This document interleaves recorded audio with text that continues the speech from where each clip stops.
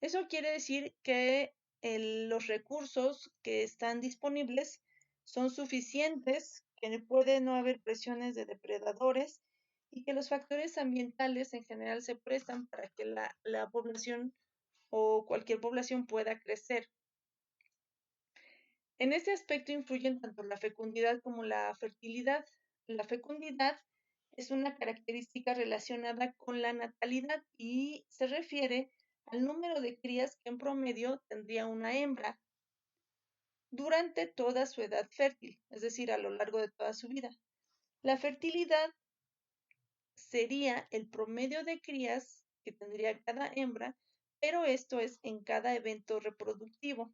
Por ejemplo, hay especies que se reproducen cada año o hay especies que se reproducen, no sé, 3 veces al año o 2 veces al año, dependiendo. Ahora, en el caso de las plantas también podemos ver este tipo de potencial. ¿Cómo se vería, por ejemplo, en una planta? Pues por el número máximo de semillas que puede producir. En el caso, por ejemplo, de un ave, se vería en el número de huevos que va a empollar, porque a lo mejor no tiene presión de depredadores. Entonces, esa sería una situación ideal.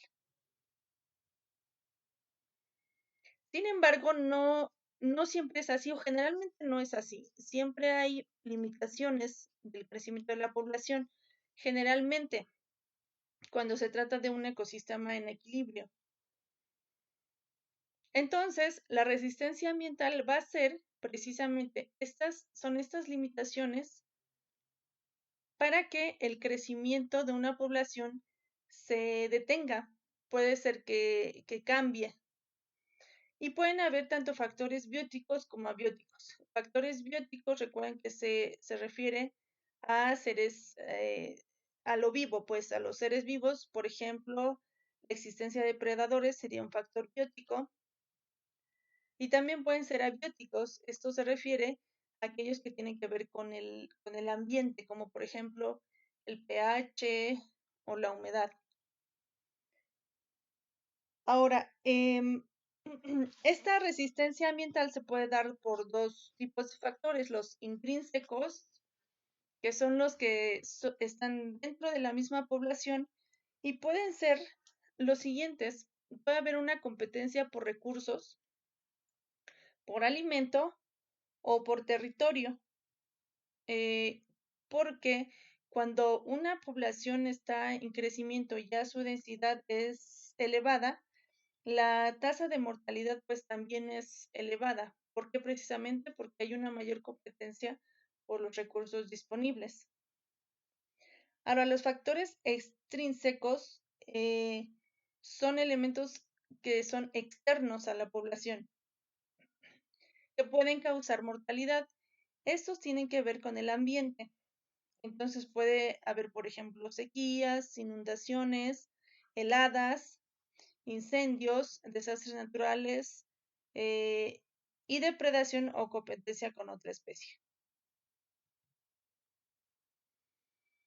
Bueno, de acuerdo a esto, a que una población siempre está en crecimiento o no, o este se mueve, se han creado modelos de crecimiento poblacional.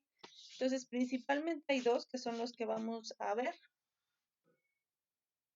Y iniciamos con el entendido de que estas curvas de crecimiento poblacional se dan cuando la suma de nacimientos es mayor que la de muertes. Entonces podemos hablar de que la población está experimentando crecimiento. Este crecimiento puede ser exponencial o puede ser logarítmico.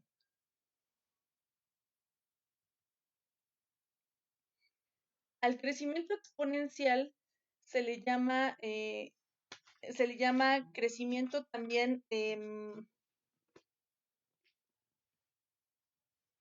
crecimiento en curva formando una J,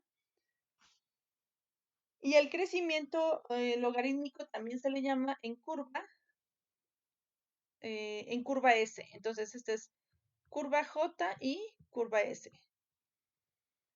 En el crecimiento exponencial, el tamaño de la población crece indefinidamente. Bueno, ahorita vamos a ver que si hay algo que lo limita, pero el crecimiento es muy rápido, es a mayor velocidad. Y no cambia aunque la población ya se vuelva cada vez más grande. En el caso del crecimiento logarítmico, que también le llaman logístico, como dice aquí, y que nos forma una gráfica en forma de S, la tasa de crecimiento va disminuyendo a medida que una población alcanza su tamaño máximo, hasta lograr un equilibrio. Bueno, lo vamos a ver con un ejemplo. En esta diapositiva les muestro una población de renos. Y esta población de renos, bueno, fue introducida en una isla en 1944, en una isla en una costa de Alaska. Y la población inicial fue de 29, como aquí dice. Fueron 5 machos y 24 hembras. Entonces, en esta isla, en la isla St. Matthew, como les decía, en una costa de Alaska, y esta creció exponencialmente, de manera exponencial, hasta alcanzar el número de 6,000 individuos. ¿Por qué no hubo algo que limitara el crecimiento de esta población? Porque no tenían un depredador natural y había bastante disponibilidad de recursos. Entonces los renos se reprodujeron y llegaron a un crecimiento de 6,000 individuos. Es decir, su crecimiento fue exponencial, no hubo que los detuviera. Sin embargo, en 1963 hubo inviernos muy severos, lo cual, ocasionó que se agotara la vegetación. Y dado que la población era muy, muy grande, entonces pues hubo una hambruna masiva, obviamente hubo mortalidad y entonces la población disminuyó drásticamente.